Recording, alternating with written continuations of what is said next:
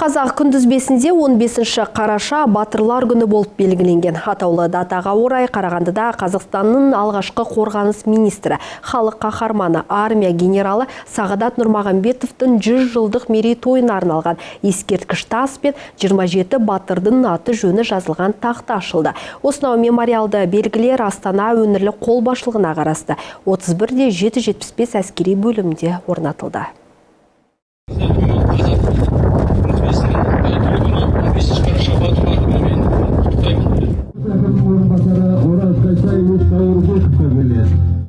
Астана өңірлік қолбасшылығының әскери қызметкерлері Сағадат Нұрмағамбеттің ел тарихындағы ерлік істерін атап өтті. Сонымен қатар Қазақ күнтізбесінің айтулы күні 15 қараша батырлар күнімен құттықтап, 100 жылдық мерейтойы аталып өтіп жатқан халық қаһарманының ел алдындағы еңбегі туралы айтып берді. Қазақстанның Кеңес одағының батыры, бірінші қорғаныс министрі Сағадат Нұрмағамбетовның ескерткішін ашамыз. Және де бізде одан бөлек 27 батыр бар, Кеңес одағының батырлары. Осы күнде соларға арнайы бүгін біз әскери бөлімде батырлар күніне 15 қараша ашылу шарасы. 1941 жылы әскери бөлім құрылып, соғыс барысында құрылған. И соңғы біздің әскери бөлім осында келіп, осында бірінші қорғаныс министрі начальник штаба дивизия болған.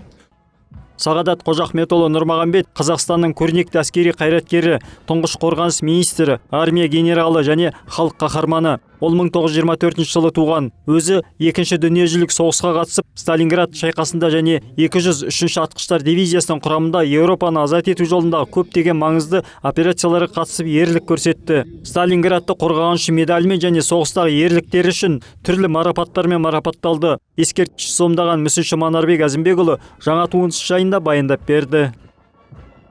Ұлым Ерасыл екеуміз 10 күндей жұмыс істедік. Қашан. Болай осы енді бір үлкен баламыз ретінде осы ағзымда бір орындарын деп ойлаймын. Бұл тастың биіктігі 4-70 сантиметр, 4 метр 70 сантиметр, ені 2-де 75 сантиметр, салмағы енді 5 тоннадан асады. Соғыстан кейін Сағадат Нұрмағамбет елімізде әскери қызметін жалғастырды. 1991 жылы Қазақстан тәуелсіздік алғаннан кейін еліміздің тұңғыш қорғаныс министрі болып тағайындалды. Ол еліміздің қарулы күштерін құру мен нығайтуда маңызды рөл атқарды. Әскери стратегияны жетілдіріп, патриоттық тәрбиенің негізін қалады.